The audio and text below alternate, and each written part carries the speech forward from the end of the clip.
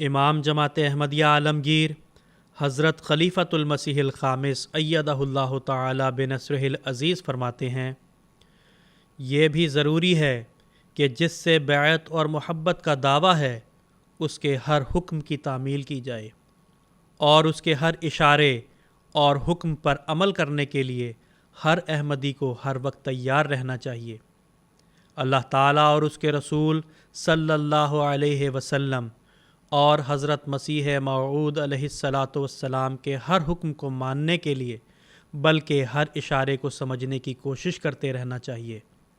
खलीफ़ा वक्त की बैअत में शामिल हुए हैं तो इन बातों पर भी अमल करने की कोशिश करें जिनकी तरफ तवज्जो दिलाई जाती है, तो तभी बैअत का हक़ अदा हो सकता है।